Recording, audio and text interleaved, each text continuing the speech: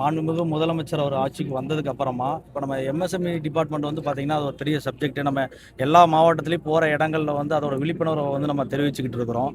So அதன் அடிப்படையில் வந்து பார்த்திங்கன்னா சிஎம் சாரோட இலக்கு வந்து நம்ம 2036 வந்து நம்ம அந்த 1.5 ட்ரில்லியன் வந்து நம்ம அச்சீவ்மெண்ட் தான் வந்து சாரோட மெயின் விஷனாகவே இருக்குது. ஸோ அதுக்கு வந்து நம்ம எம்எஸ்எம்இ டிபார்ட்மெண்ட் வந்து பார்த்திங்கன்னா அது மிகப்பெரிய ஒரு பேக் போனாக இருக்கும்.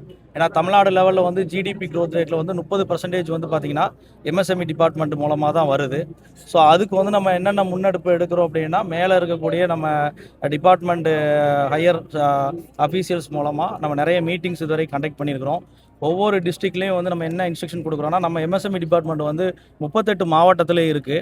ஸோ ஒவ்வொரு மாவட்டத்திலையும் நம்ம இண்டிவிஜுவலாகவே வந்து பார்த்திங்கன்னா இன்ஸ்பெக்ஷன் போகிறோம். அங்கே இருக்கக்கூடிய கவர்மெண்ட் அஃபீஷியலுக்கு வந்து பார்த்திங்கன்னா நம்ம இன்ஸ்ட்ரக்ஷன்ஸ் கொடுக்குறோம். அந்த இன்ஸ்ட்ரக்ஷன்ஸ் வந்து எந்த மாதிரி கொடுக்குறோம் அப்படின்னா, அந்த மாவட்டத்தில் உள்ள மாவட்ட தொழில் மையத்தில் நம்ம எம்எஸ்எம்இ டிபார்ட்மெண்ட்டில் என்னென்ன சப்ஜெக்ட் இருக்குது.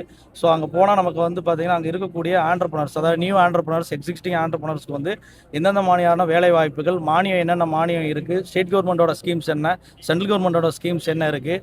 ஸோ அதில் வந்து நம்ம இதை எப்படி வந்து பார்த்தீங்கன்னா அந்த மானியத்தை வந்து நம்ம அப்ரோச் பண்ணுறது மாவட்ட தொழில் மையத்தில் போய் அப்படிங்கிற ஒரு விழிப்புணர்வு வந்து பார்த்திங்கன்னா எல்லா பக்கத்திலும் ஏற்படுத்திக்கிட்டு இருக்கோம். அது மாவட்ட தொழில் மையம் மூலமாகவே வந்து பார்த்திங்கன்னா அங்கே மந்த்லி வந்து கேம்பெயின், அதாவது கேம்ப் வந்து அந்தந்த பிளாக் வைஸ் கேம்ப் போட சொல்லியிருக்கிறோம்.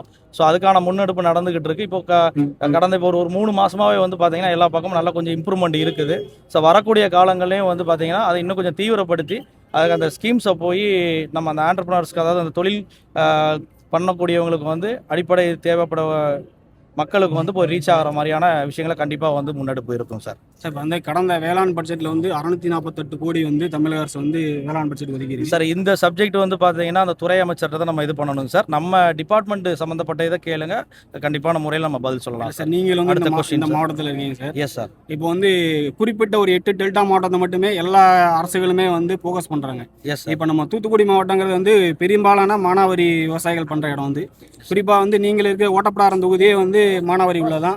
இந்த அதில் ஒரு பேசிக்காக சொல்லிடுறேன் சார். நம்ம அந்த வேளாண் பட்ஜெட்டுக்கு வர்றதுக்கு முன்னால் வந்து பார்த்தீங்கன்னா துறை ரீதியான வந்து ஒவ்வொரு மண்டலத்திலேயும் வந்து பார்த்தீங்கன்னா அந்த துறை அமைச்சர் வந்து எல்லாரையும் வர சொல்லி, விவசாயிகள் சங்கத்திலேருந்து எல்லாரையும் வர சொல்லி ஒவ்வொரு மண்டலத்திலேயே வச்சு பார்த்தீங்கன்னா அதுக்கான மீட்டிங் போட்டு அவங்களோட கிரீவன்சஸை ஃபுல்லாக வாங்கினாங்க.